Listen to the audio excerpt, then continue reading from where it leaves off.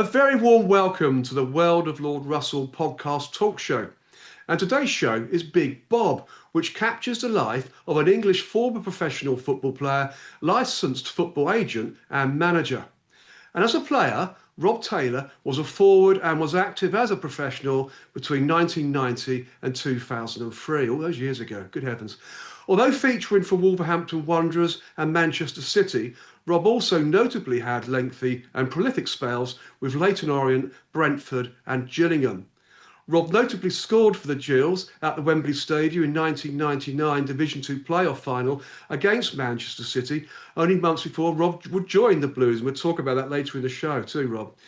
Rob Taylor also played professionally for Norwich City, Queen's Park Rangers, Grimsby Town and Scunthorpe United. Yes, folks, it gives me immense pleasure to welcome on the show Rob Taylor. Welcome to the show, Bob. Thanks for having me.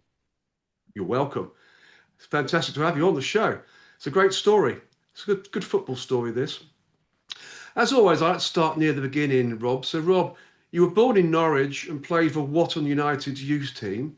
You were first spotted after playing for Watton United's first team at the tender age of 15. It's incredible, isn't it? Against Norwich City's reserves in a pre-season friendly. So, Rob, tell us more about this game and who spotted you and where did it go from there?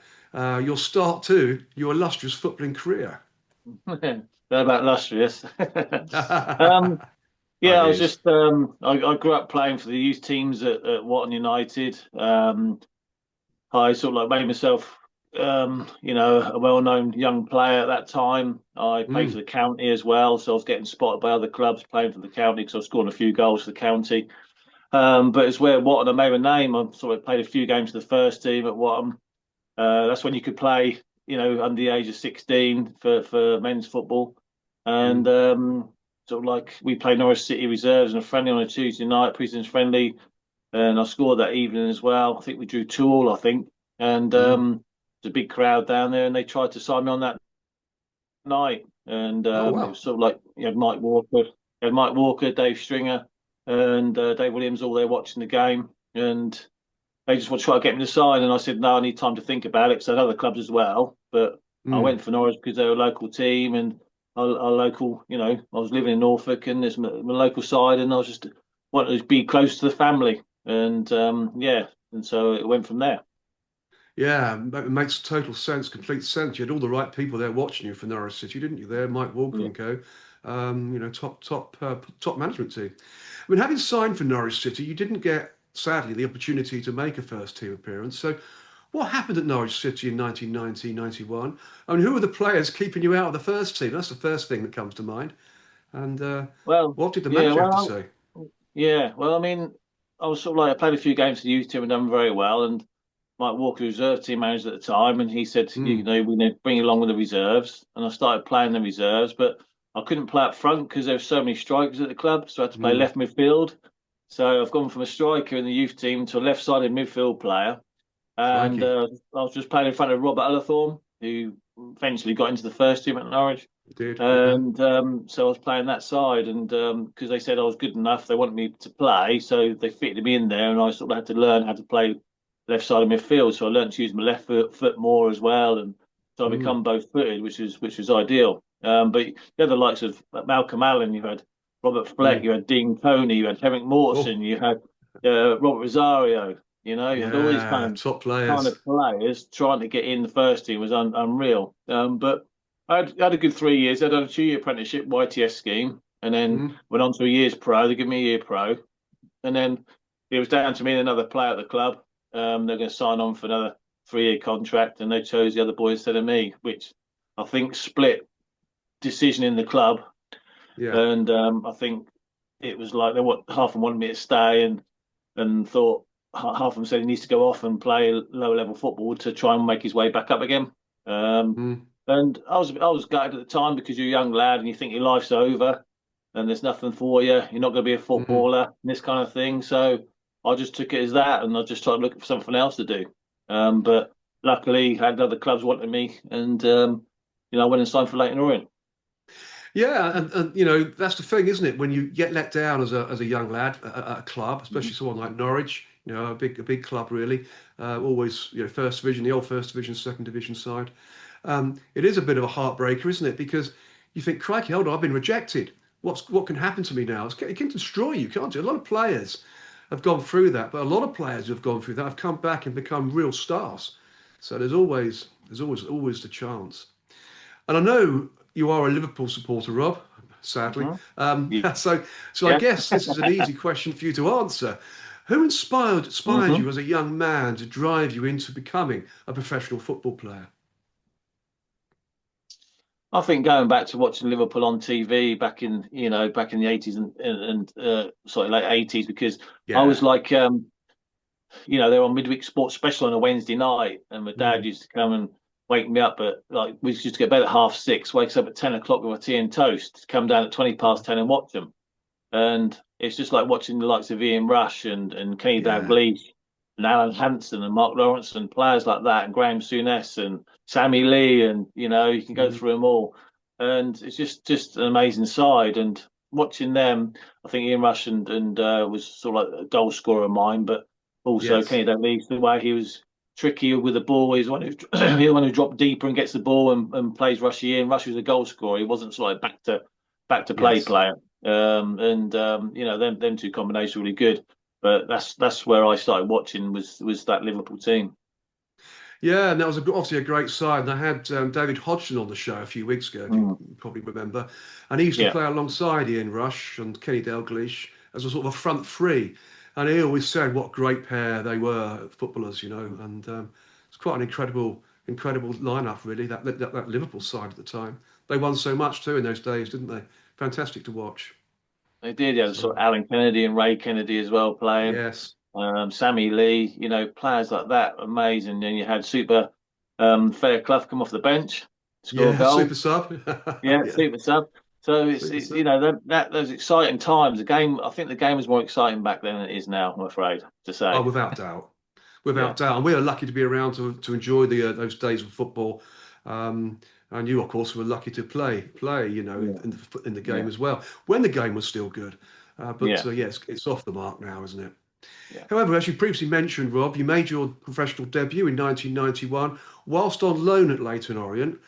Obviously, Norwich City wanted to get you the experience of first team footballs. How did this first spell, I say, at Leyton Orient go? Because we'll talk about your second spell later.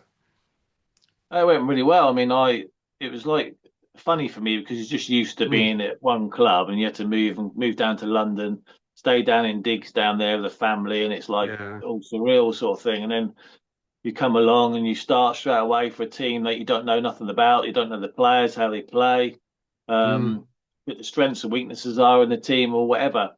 So I ended up playing left side midfield there as well because they had two good strikers at the club at the time, in Mark yes. Cooper and Kevin Nugent. They were both there at the time. And so I was like on the left side midfield again. So I was still scoring goals and playing there. I've done really well.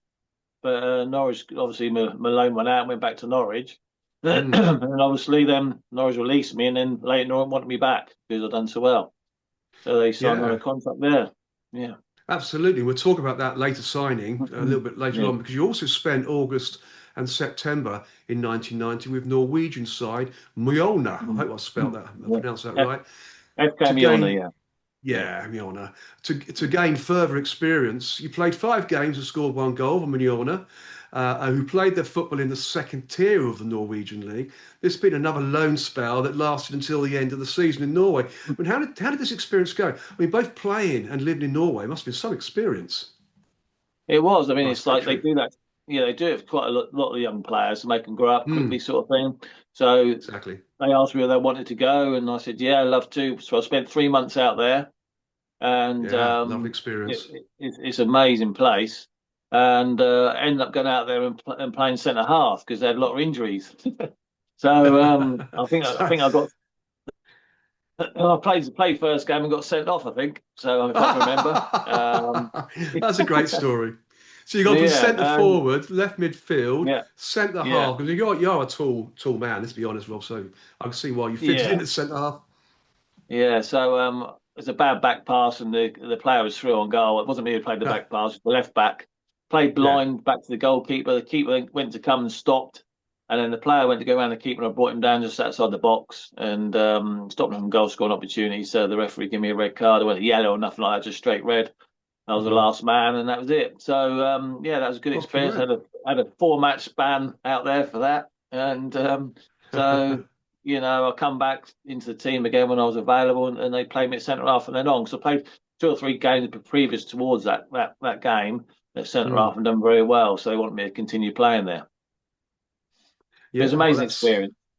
yeah. I can only imagine, and I'd imagine that that at your age then to actually spend some time overseas would be that's that creates you as a person, doesn't it?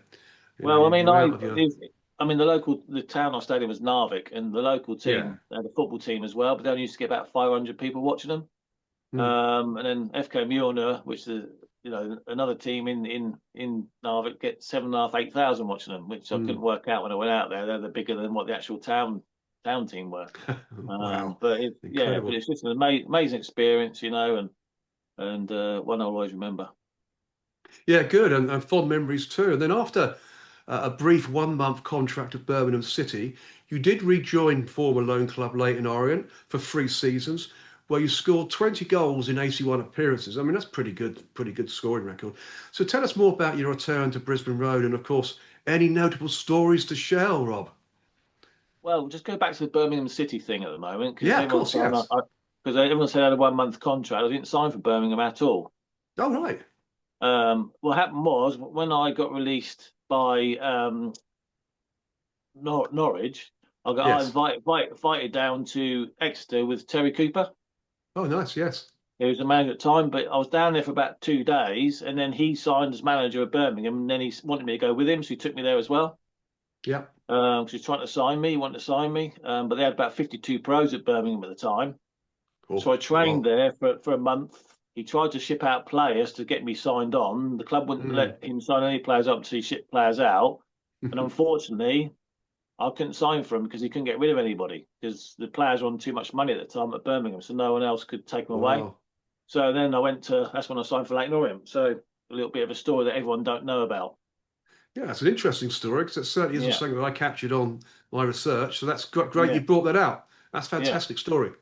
yeah. Yeah. So you would have played for Birmingham City, wouldn't you? You would have signed for them if you could. Yeah, I'm I played a sure. few reserve games for him and that, and Mm. scored a few goals for him and that, and it's really good because I was playing up with Dean Yeah. Sturridge up front, and Yeah. we got on really well.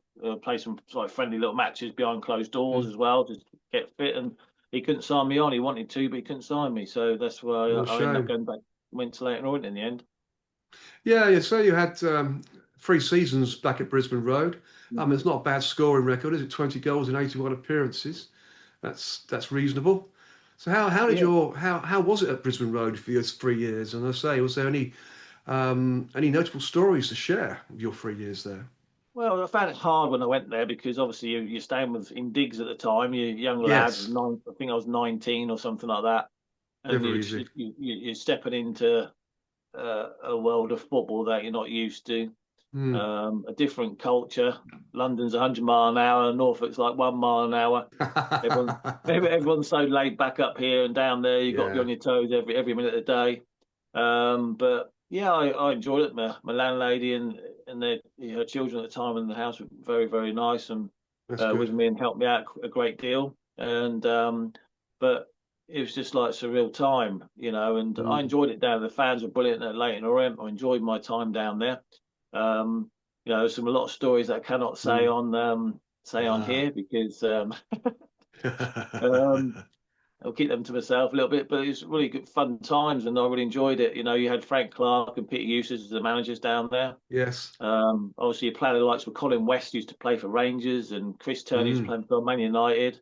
You've got players who are coming down, like finishing their careers, really dropping down leagues, and you Mm. see them on TV for Man United, and that now they're playing. You're playing with them. It's like wow, Mm. Glasgow Rangers centre forward, and a keeper play for Man United, and they help you out no end. Of course they do. Their experience is second to none, and they helped me out as a young lad. Also, we had Glenn Roeder come in and play Mm. centre half as well. Bless his heart.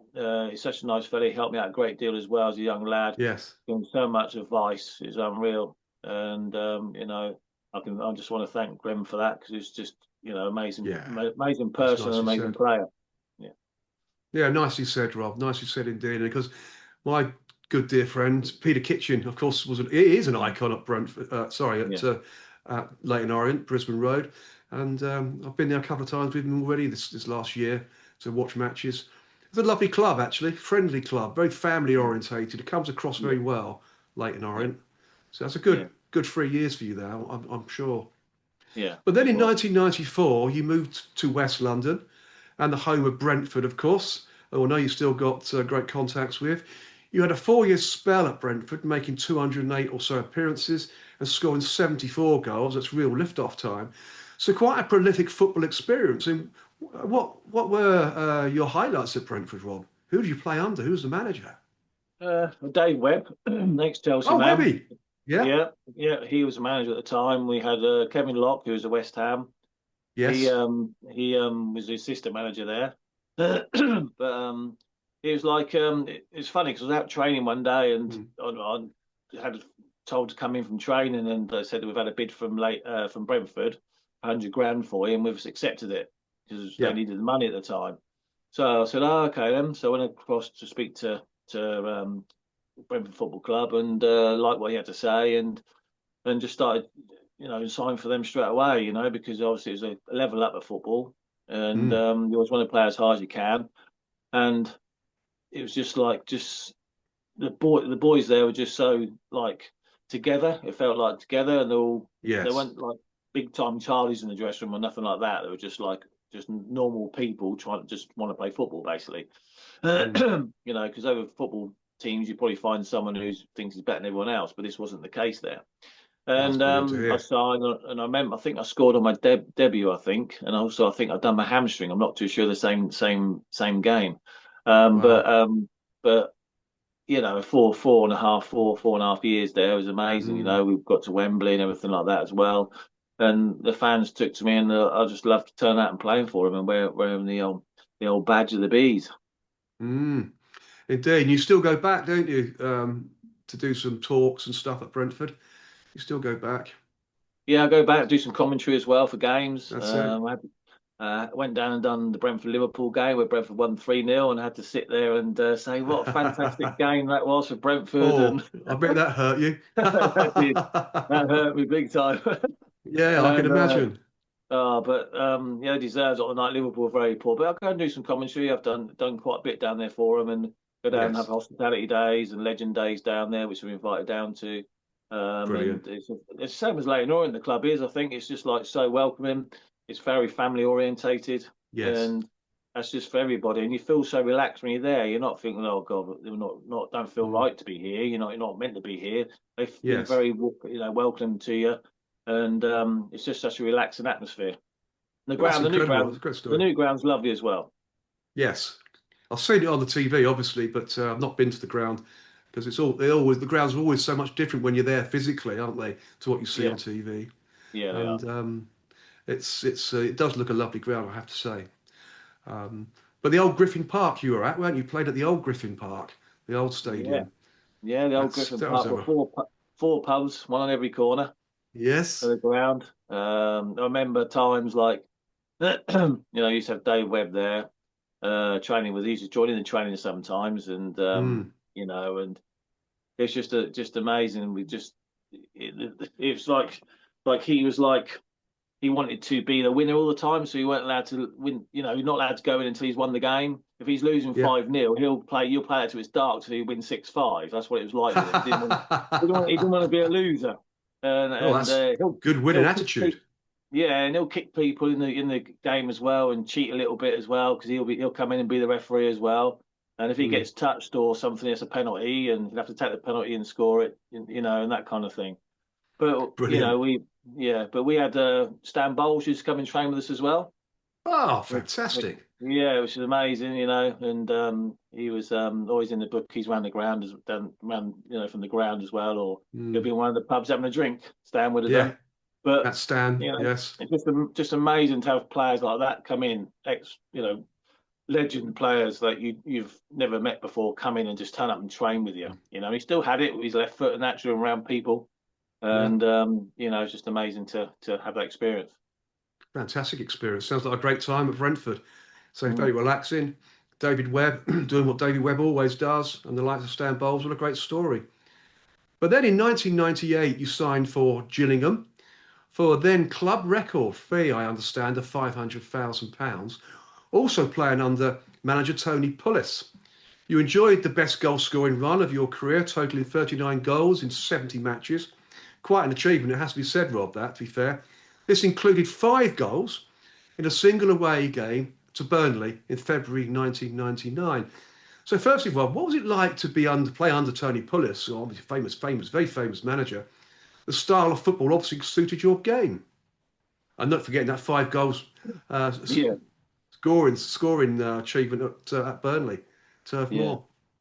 The same thing happened when I was at Brentford. I had a phone call, but before that, it's what 5 or 6 players left Brentford and went to Gillingham. Yes, So they were looking for a centre forward. Obviously, the players I play with and that there were saying, "You got to buy me. You got to buy Rob Taylor. You got to buy him. He does this, that, and the other." brilliant. Yeah. So Tony was like, "Get him! Come on, we need to have him. We need to sign him. You got to speak to him, boys. See if he'll come." And I had all the boys ring up, and go, "Oh, come! You want you at Gillingham? Do this, that, and the other." So that happened. And the boys said, "We want you here. We want you to come and play with us." And because all my friends really went that way, and I was sort of like one of the only ones left behind, really, of the team that went to Wembley or Brentford. We Yes. lost in the playoff final against Crewe. They all went that way. So I thought to myself, well, the boys, I know what they can play like. I think Brentford got relegated that season. You see, and it's pre-season. Ron Mm. Nose coming in took over at Brentford, and then you had. I'm just trying to think of the managers who come into the club now take over. I can't remember.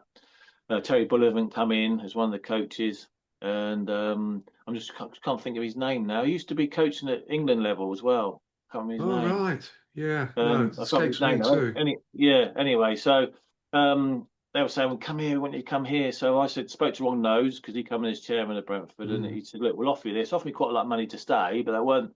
It was a level down. All I wanted to do is play the best level I could. It wasn't about the Of course you money." do. And they offered me more than what Gillingham offered me anyway, but it wasn't about that. It's just that I wanted to play in a better Mm. level of football.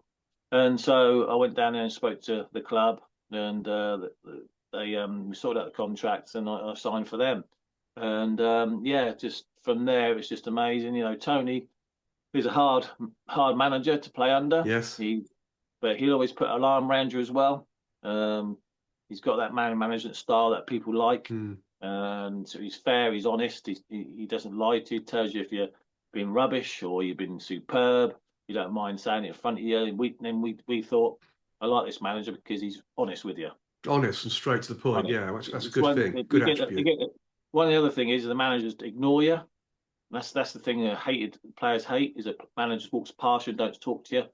Mm. Instead of just explaining to you what he did wrong and what you could do better, which Tony did. But we used to come in, me and Carl Saba, he signed Carl just after me, and we were at Brentford together. And Mm. he signed Carl after me. And he used to bring us in at 10 in the morning, just me and Carl and Right. Vince Bartram, the goalkeeper. He used to bring us in at 10, and he goes, "Right, we'll do some finishing drills, boys. This is every day. We'll come in 10 to 11, just doing finishing drills on the pitch with him. And then the other boys would come in at 11 o'clock, and they'll be in the ground to about 4 in the afternoon. So they'll be in there 5 hours of work. We've only done an hour. We, we have a shower. We'll be away by 11:15 and gone home, and they'll be still out there training. So they used to say we're the cream of the crop, and they were the eggers. That's what they were calling themselves. So yeah, so that was what it called. We're the eggers, and they're the cream of the crop. So because Tony used to say, get the ball to the cream and let them get on with it. That's what he used to say. Yeah. And Oh, wonderful. so yeah, so he used to And come in and they come on to training ground, and we'll be walking off at 11 o'clock. That's just the yeah. way Any he was. jealousy? I don't Was think it there any was no, jealousy? because No. because because the players knew we weren't big-headed with it. Mm. If we were walking around, yeah, well, this kind of thing with them, Exactly. it's they on a Saturday afternoon, it's just so close knit. It's so everyone was so like together. It was like everyone was Mm. together. On Saturday afternoon, would stick together, and everyone hated playing us. And the boys was just the team was strong, and if we were losing, if we weren't playing well, we'll still win the games. We'll just beat the other team up, and everyone used to hate us playing Yeah. us, used to hate playing us. And that's what you need to do when you get that in your game, and another team's scared Exactly. of you. You're halfway there. You are halfway there. Yeah, that's a great motivation, isn't it? Really, Yeah, or yeah, demotivation for your opposition. yeah. Wonderful place to be. So we've got to know about this 5 goal haul at the famous old Turf Moor ground against Yeah, Burnley, Rob. Still play there now, Burnley, don't they? Turf Moor, so yeah, it's a yeah, yeah. probably changed They quite a bit do. since you went there. Yeah, it has. Yeah, I mean, there's it was a surreal day because you go up on the Friday, and Mm. I remember hearing a few of the supporters that come up in the morning. They come to the hotel to see you off, sort of thing, and it took them about 7 hours to get from Gillingham to Burnley because there's loads of accidents going on the M6 on the way up, Oh, and always is. yeah, so there was about 400 of them didn't make it to the game because of the accidents. And so I went out there on the Saturday afternoon. We done a warm up. It was like an overcast day, like it is in up north all the time. It wasn't raining though. That's the first thing near Manchester. It Mm. wasn't raining.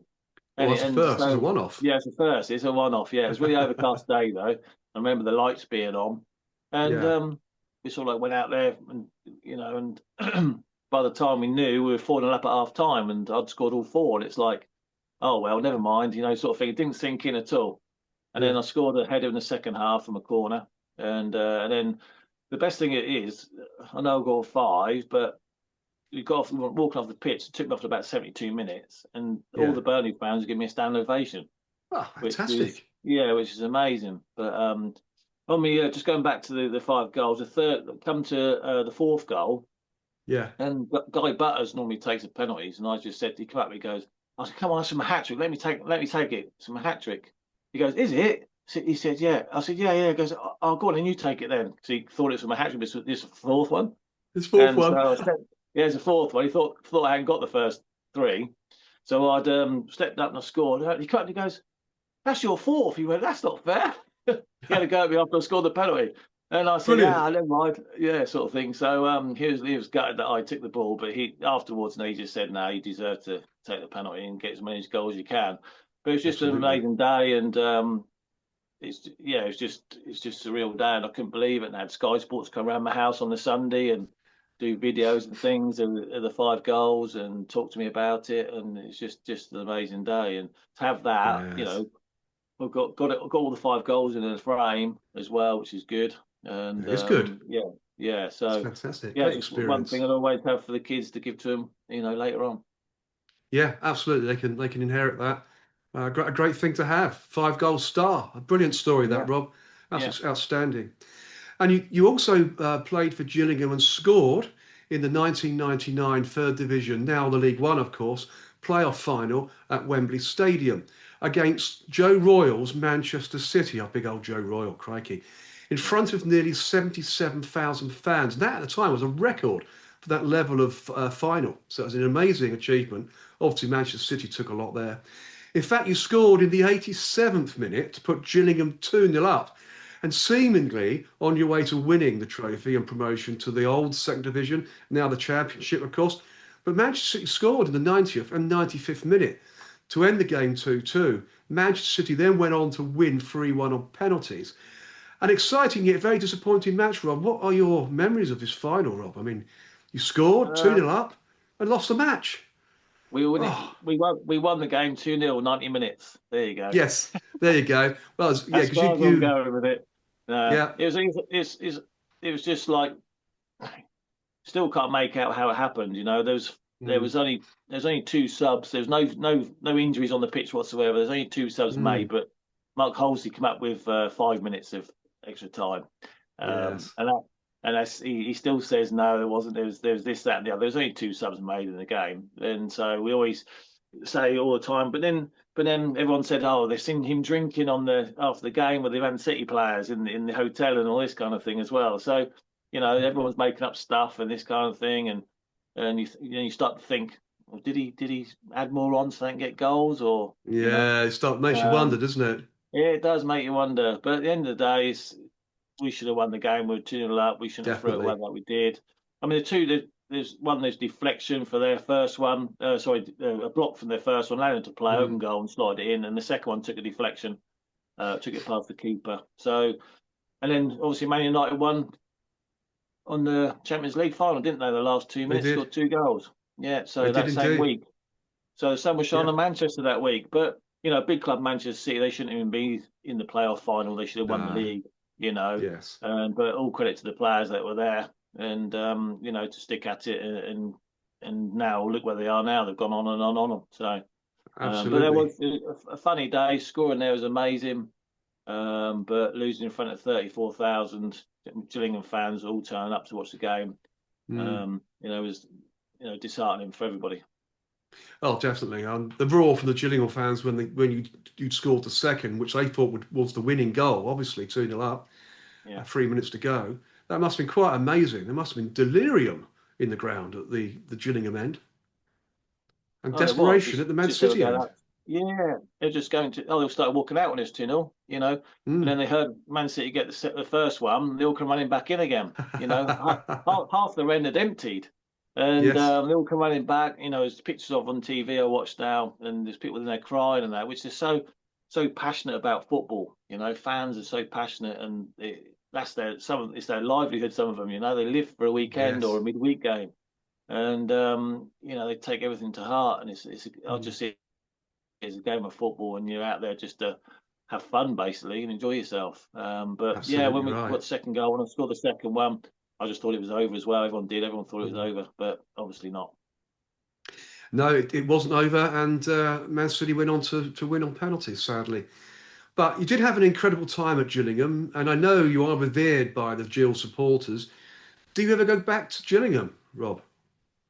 Yeah, I go back to quite a lot. I'm the president of the supporters club there, so That's you good. know, yeah, so I'm involved with that, and I go back quite a lot actually. I normally go down sort of once a month or something like that to go and see everybody and watch a game. I'm supposed to go down this month, but time's just flown by, so I'm going to try and get a Mm, game in March. Go down and watch a game in March, and but yeah, there's such a lovely club as well. It's another well-run club and a family club, and you find that sort of teams at a bit of a lower level that they're like more of a family club than the ones at a high definitely. level. And it's more I like more enjoyable watching them kind of games and being around the Yes. kind of club like that than the bigger Yeah, clubs are. But yeah, but I Gillingham's tend a to lovely agree. warm club. Yeah, Mm. Yeah, I tend to agree. I prefer the lower league football. As you know, I follow Aldershot, so Aldershot yeah, Towns, that's National League. But I like to go to the League One, League Two matches. It's just a nicer, warmer environment, I find. Um, yeah. It is. you're It is. welcomed. You're welcomed by the clubs, aren't you? It's nice. Yeah, Much better definitely. feeling. I have to take down to And Gillingham one weekend, Russell. yes, you will. Take me down, Rob. That'd be fantastic. I'll come with you to Gillingham. I look Yeah, forward to that experience. Let me yeah, know, and good. we'll go down. Yeah, yeah, Good. good. I look forward to that. You remained with Gillingham, Rob, until November 1999, when you signed, not surprisingly, for Manchester City for £1.5 million, playing for City as City gained promotion to the First Division. Now, of course, the Premier League. Scoring 5 goals in 12 matches, not too bad at all, it's pretty good. So, Rob, tell us about your time at Main Road, and more importantly, I'm going to say this, the goal that effectively won promotion for Manchester City to the First Division that you scored. And I remember watching the video, by the way, and you peeled off to the right in front of the Man City fans, total delirium. It was brilliant. Yeah, yeah. I mean, it's a funny time at Man City because I had little niggly problems with my Achilles at the time when I was Mm, there. So I was like playing a game and missing two or three, and then playing a game. But fair play to mm, Joe. Every time I was fit, I started, which I didn't think I would do that there because they're such a tight knit group as well. The mm, players have just got like promotion at Division One into the Championship, and then we've gone and done it again. They've gone it 2 years on the spin promotions, and mm. um, and to be part of that was amazing, and we played Birmingham at home the last home game of the season because we go to Blackburn the following week, and we like Friday night game live on Sky, and we needed to win the game and Mm. to stay in second place because two went up, and just the game was going very pressure. When you're under pressure, things don't go right for you sometimes and everything like They that. But don't.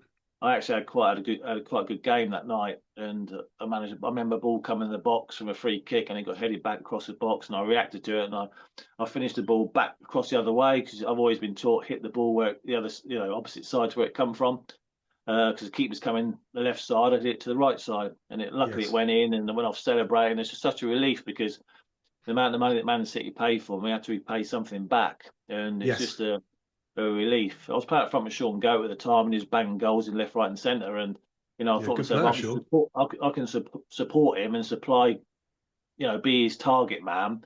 And let me Mm. take all the bumps and bruises and let him get in on goal and score goals. That's what I'm going to go and do. But that night I scored that goal. It's such a relief that I could give something back to the Man City fans and put them on the brink of Premiership. And just afterwards was just unreal. The party, the fans were on the pitch, Yes. celebrating. They even said before the game, "Don't run on the pitch after the game." You're not going to tell 32,000 Man City fans to stay off the pitch.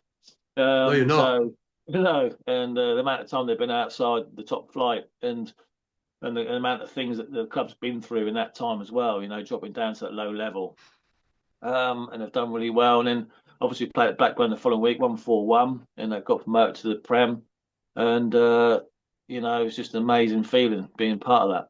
Mm. Absolutely. A tremendous story. What yet again, everywhere you've gone or been in football, there's been some stories. So you left a marker everywhere you've gone. I Yeah. mean, as a former player for Manchester City, they send you tickets? 'Cause that's what Um, normally clubs do, don't they? yes, the thing is though, you lose like over the times it's been, oh God, 20, Yeah, 20 20. years or something, like 22 years or something like that. Yes, It's been a long while, and you lose touch with people, and you lose you people. Then do. move out the club, and the new people come in the club, and it's all Yes. I used to be able to get Liverpool tickets quite easily as well, but I can't get them anymore, which I'd love to Mm. have. Of It's course you it's would as a hard to fan. get. Yeah, exactly. And but I used to ring up and get some all the time, especially the Champions Mm. League game on a Wednesday to go and watch that quite a lot. But it's hard to come by tickets now. But no, I don't get any tickets from. I obviously get Gillingham, Brentford tickets I can and that Mm. kind of thing. But Man City's very hard to get tickets at the moment.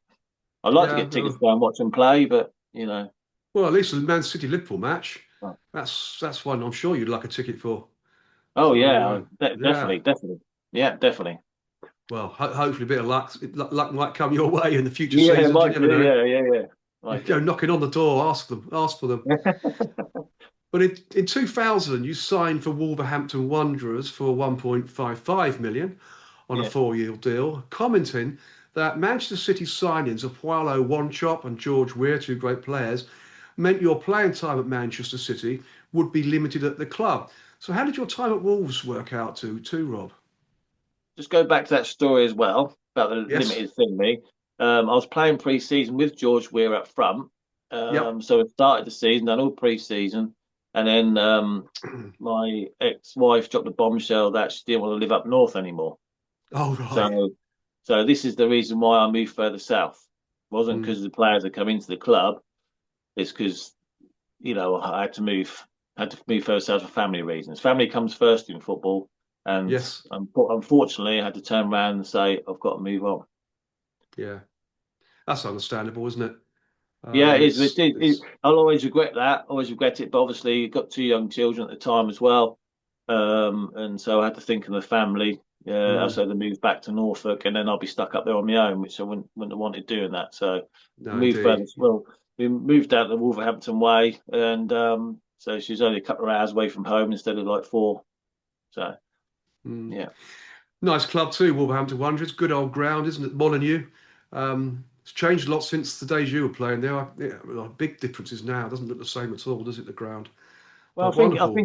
I think it is still the same when I was there. I think it's still the same Yeah. ground. It's still there. They haven't done much to it, but I didn't enjoy my time there at all. Not because Mm, the just everything about it. I had a lot of problems there with illnesses and injuries and mm, things like that, which wasn't, come out. I was treated very badly on the physio side of it, and I think a lot of players who left the club have been treated badly on the physio side of it as well at the club. really. And yeah, I hold them in. That's and you get supporters when you're trying to play with an injury, moaning and booing you all the time and saying you what a waste of money and you're rubbish, but they don't know the full story. And No, they don't. be nice to give a full story out. And there's a lot of clubs that have that sort of regime of just take an injection, Rob. You Mm. can play this afternoon, Yeah, cortisone and all that kind of thing going on yeah, back in the day. yeah. niggling injuries that you need to get over, not play more football because you make those injuries worse.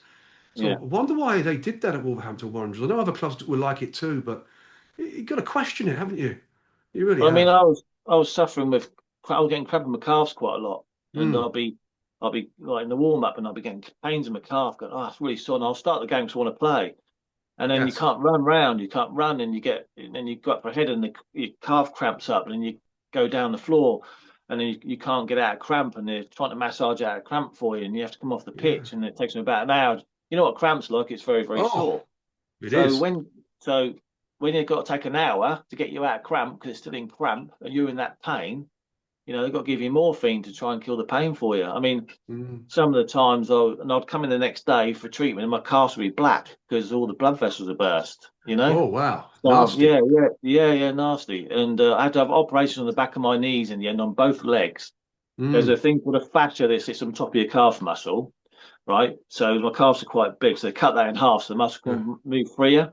That didn't work at all. So I tried to come back, that broke down again. I then tore my Achilles because I had a slight tear in my Achilles. I had 8 months for that because of the blood flow weren't getting down to the Achilles. It's like putting no oil in an engine that'll break one Yes. day, you know. So Yes. there's no blood getting down there. You pinch my feet or my toes, there's no blood. There's nothing Oh, rushing there to get there.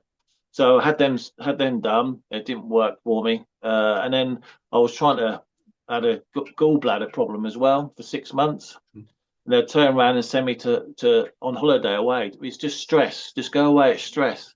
yes. So I was going. I'm in pain every night. I'm in pain. I eat anything fatty foods. I'm in pain. I can't. I lost 3.5 stone of weight, Wow. and over this 6 month period, and I had to go to my local doctor, which you're not allowed to do. You've got to keep everything in house. And I Mm. had to go to my local doctor to say to him, look, I'm in so much pain. He goes, you look a mess. Your eyes have gone yellow and everything. He said, you're in now. We'll take you now to the hospital now to have a Mm. ultrasound scan done. Done Mm. that. Right. You're in tonight. You have an operation. You need that done now. Right. So Crikey. I went in operation because he was coming out in the middle of the night, 2 in the morning, give me morphine injections. I was in that much pain. Mm. I couldn't breathe. I couldn't do anything. My That eyes were sounds going dreadful. yellow. Yeah, my eyes were going yellow, Oh, and I had my gallbladder removed that night. And then the club went into one saying, "Why'd you go somewhere else? Why'd you do that for?" I said, "Because I kept telling you for 6 months I weren't very well, yeah. and I'm trying to play football, and I can't play football because I've got this gallbladder problem. I'm in pain with it. I'm in pain in my calves. You haven't sorted me out Mm. at all. You've just cast me off somewhere." I was coming in. Andy Sinton was there as well. He was at Yes. Wolves, and he was injured at the time. And my physio was come in the morning at the tennis club where they used to train. Don't know if they still train or not. It's at tennis club. Come into the Mm. gym there, do your workout, and then that's it for the day. So I'd come in at 10. I'll be going home at 11, and I've Oh, done that for about 4 or 5 months, and no one said nothing. No one saw me. No one said anything to me. No one gave me no physio. Nothing. that's awful. Yeah, it's awful. That's really, really And, shocking. and Andy Sinton was the same. He didn't get no treatment, nothing either. He was in the gym with me, and we just go home, just got showered and went home. No one said nothing to us, and it was embarrassing. And I saw Definitely. another player was saying the other day about it as well Mm. online, saying the physio he had received at Wolves was horrendous. And at the time it was horrendous. That makes you wonder why a professional football club like that would allow that to go on. What's the background to all of that, I because don't know. I was gobsmacked and just felt mm, so. And in the end, I cancelled my contract and left because I said you're paying me for I'm not doing nothing. So I cancelled the contract with them and left. I had 2 years, 2.5 years left, and I said I haven't played many games, haven't been looked after very well. I said, look, the fans don't know nothing about what's going on. I'm trying to play with injuries because I want to play football. Yeah, I'm making myself look an idiot by going out there and trying to play football, mm, and I can't. exactly. And they say to me, well, don't train all week and just play Saturday. You'll be fine. Give your Oh, calves a rest a week. I said, that's no good. I can't go not train and then try and play on a Saturday. I'm so unfit. So I tried that. It didn't work. Just didn't work. no, I it was wouldn't do. just cramp up after 5, 10 minutes in the game, and I couldn't run anywhere.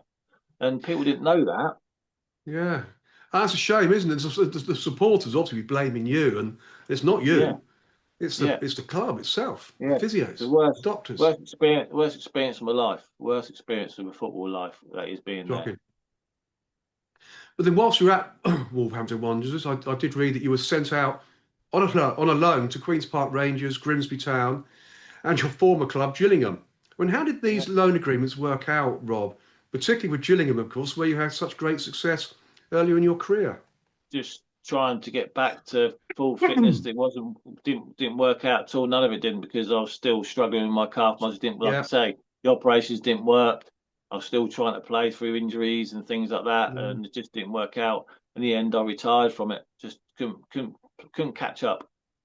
Yeah, no, that's fine. I mean, you left Wolves, I think, properly in 2002 and signed permanently for Grimsby Town before ending your career, professional career with Scunthorpe United. I mean, it's always a traumatic moment retiring from professional game, particularly obviously your injuries was the probably the enforcement of this. Yeah. So how did you feel at the time? Were you kind of happy because you now could recover, or sitting down and missing the football, the It was football a relief. It was that a you relief to used be to honest play? with you. It was a relief because Yeah. I think all the stress and strain I had at Wolves and Mm, the times you felt so down about everything, um, that you're glad it was over. mm, It just got so yeah. depressed with the football inside of it. It was unreal. It just people don't realise what players go through sometimes, and at football clubs they just see the Tuesdays and Saturdays and that's it. And what goes on during the week? People go to, do you want to go back into football? Not a chance. Not a Mm, chance will I go back into footballing, life again mm, anywhere. I've yeah. done football locally here, and which I've enjoyed doing, but it's the same in this life as well. It's not nothing's ever good enough for no one. Yeah, And that's very, very true. I mean, you let's know, talk about your management career for a bit because you did go into yeah, management. yeah, You moved into management with Watton United, of course, and we had some association there as well, Rob, a few years ago, didn't yeah, we? yeah. Kings Lynn Town as caretaker manager, Dereham Town, Distown, Munford, and Swaffham Town, of course, local to us here too. So, how did your transition into management of these clubs pan out, particularly the highs and lows? And with what you were saying, the same issues at this level, Yeah. with the I supporters, mean, with the club, how clubs are run. yeah. I mean, Watton was struggling. They were going to fold the club up, and that's my local Mm, team. And I was travelling back from Birmingham. I live in Birmingham. I was mm, coming back on a Tuesday night and training them, and then coming back on a Friday night and manage them on a Saturday. And that's what I was yes, doing. And we managed to get a team there. We managed to get a team going again there because it's a lovely setup at Watton, as you know. I And do. Yes. we got promoted that season straight away. You know, and which is an achievement because they didn't have a team hardly. I think they had Mm, about three players for two teams. So we sorted that out, got the club buzzing again there. And then obviously then Kings Lynn come calling for me. They wanted me to go and run the reserves. So I went in there with Dan Bloodworth and Kevin Boone, who was first team manager mm. at the time. And I started off in there. And then 6 weeks later, they quit and walked out. So I was Oh, like I was doing the reserves and first team. And I was like, didn't know anybody in the first team, don't know what the team was like. Didn't know anybody in the reserves really. Just all been wow. chucked on top of me. So I was doing like a Monday night training, Tuesday night game, Wednesday night training. Wednesday night game, Thursday night training, Friday traveling somewhere away from home, and then playing Saturdays. So I didn't get much time at home doing all that No. because I was running two teams, and I just said to myself, I can't do this anymore. And I said, then they said to me, well, we want you to stay around, and then they brought in Tommy Taylor in, and I said, well, look, you've got your Mm, manager now, I'm done because it was just too much doing yeah. both teams. So because I said That's to them, I said it needs to be clear out here, it needs to be done, it's going nowhere, and then suddenly it failed, didn't it? it did. It went under. And then Tommy It did. Taylor came in and turned it around a bit in the footballing side of it. But Mm, yeah, it was going down. So you need to get rid of all these players. They're not worth the money they're on. They're on quite a lot of money at the time at Lynn, and I couldn't yes. believe the amount of money they were paying these players who aren't good enough to play at that level of football. Mm, mm, So I just said to them, look, I'm not going to be sticking around. So I went and joined Dereham Town hmm and done very well there. They were struggling at the bottom of the league, kept them up. And the following season, we finished seventh or eighth, and then the next season was fourth. And then we were sitting second. We won two Norfolk Senior Cup games at Cow Road finals in 3 years I was there. And then we got beat in the semi-finals at home against Sheringham, and we were sitting second in the league, and they sacked me. Huh. Okay. Why sack you? You're being I don't know. successful. I know. That's Yeah, crazy, exactly. isn't it? Exactly. I just think the the chairman who was there at the time was a bit jealous of Mm, me because he was a manager I took over from, and then he come in as chairman. So mm. I think there's a bit of jealousy there, somewhere along the line. You get a lot of that at football, don't you? And I think quite a lot of in non-league football too. Because I know that you went back to Watton United, didn't you, for the second time when I was involved a little bit with Yeah, you there, and chairman. they Yeah, were in dire trouble, weren't they? yeah, And you turned it all around. You became chairman, yeah, manager. They yeah. got all these players in, and all of a sudden they started winning matches, winning leagues. I mean, Yeah. did you have two or three continued championship wins when you were there?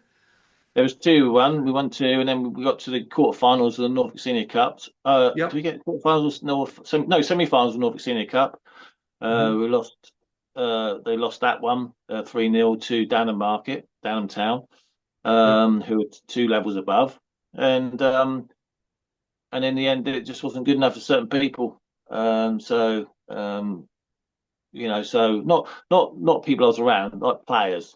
Players just Mm. thought they were bigger than what they were at the time, and I just think to myself, this is Mm. where it's going in the program. Is that the same as it's going in non-league? And I just thought to myself, I Mm. don't need this hassle no more. I Yes. just want to enjoy my Saturdays and Sundays. I don't want to be bothered with anyone phoning up saying I can't play last minute or anything like that, or you know, Yeah. it's just all this kind of thing goes on, and I could I see just the think, stress you were under there actually, because it's quite yeah, apparent. We'd meet up, yeah, have a drink, Rob, and you tell me some stories, and I could see it. And I would turn up on the odd occasion to come and watch Watton, and you could see all the shenanigans going on in the yeah, background. yeah, And yeah. I thought, oh, this Yeah, isn't good. This is going nowhere. So it wasn't a surprise to me when you finally hung your boots up at Watton as chairman and yeah. manager. Well, I mean, I don't think So they're going so well now, though. I don't think it's going so well there at the moment. But I'm glad I'm out of local football, and I'm glad I'm just watching my two young boys play now. absolutely. So now you're out of football, watching your two sons play football. They're good players as well, Rob. I understand. Um, they're at Norwich City, aren't they? I think one of them's at Norwich, Yeah, one's he was at Norwich. He's just decided he doesn't want to go there anymore. right? Oh So dear. yeah, he'd rather play with his friends, which is he's only 8. So yeah, he's a very good Yeah, footballer. young. He's a very good footballer, and he could go somewhere if he gets his head back on track again. And the older one's good as well. He's if they put them both together, it'd be a sensational footballer. Mm. But they're chalk and cheese. One's timid, and the other one likes going around bashing other players and that kind of thing. One's more skillful than the other. One's more quicker than the other. So you put them Yes. together, they'd be great players. But I'll go watch them on a Saturday morning and a Sunday, so I don't get a rest weekends either from what I do during the week. So it's all good though. Yeah, I knew their characters, of course, because I lived next door to you for a while, and Yeah, we just have some fun. It's good seeing them out doing what they're doing. So I understood their characters. Nice lads, though. But yeah, yeah, chalk and yeah, cheese, as you say. yeah, they are. So what do you think's next in the world of Rob Taylor? No football. What do you got planned next? Obviously, Um, I life don't know really. itself.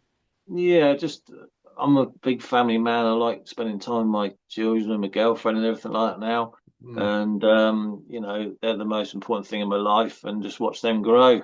yeah. I've had my time in doing what I did, and that's their time now. Mm, And I want to be around, hopefully be around to see all them grow up and turn into lovely people. absolutely. Well, I'm sure they all will, because you're a great dad anyway. And hopefully your sons will get into the game as well and excel playing football. Take after their dad. Well, And you never know. They might do. All depends. But I'm not going to push them anywhere. It's up to them if they want to no, do that or not. If they want to do something else, I'll be 110% behind them, whatever they choose. yeah, I'm quite not. right. I'm not. I'm not a pushy dad. No, that's good to see, Rob. Yeah, and fantastic story. And as always, on the World of Lord Russell podcast talk show, we could talk forever, Rob. I know we could. We Yes, do when we we could. meet up Yeah. for a drink, Yeah. so that's always Yeah. good. Yeah. About your life in football as a professional player and as a manager. It's been a huge pleasure, as always. And as always, the pleasure is all mine. And of course, the show's audience when this podcast is released on the World of Lord Russell podcast talk show and the Elite Arena Business and Sport talk show on YouTube. So thank you, Bob. Ladies and gentlemen, I'll give you Bob Taylor. And as always, big round of Thank you very applause. much. It's Thank been you. fantastic. It's been a great show. Lovely having you on. And of course, I'm looking forward to seeing you all on the inside. So until then, it's au revoir from him and au revoir from me.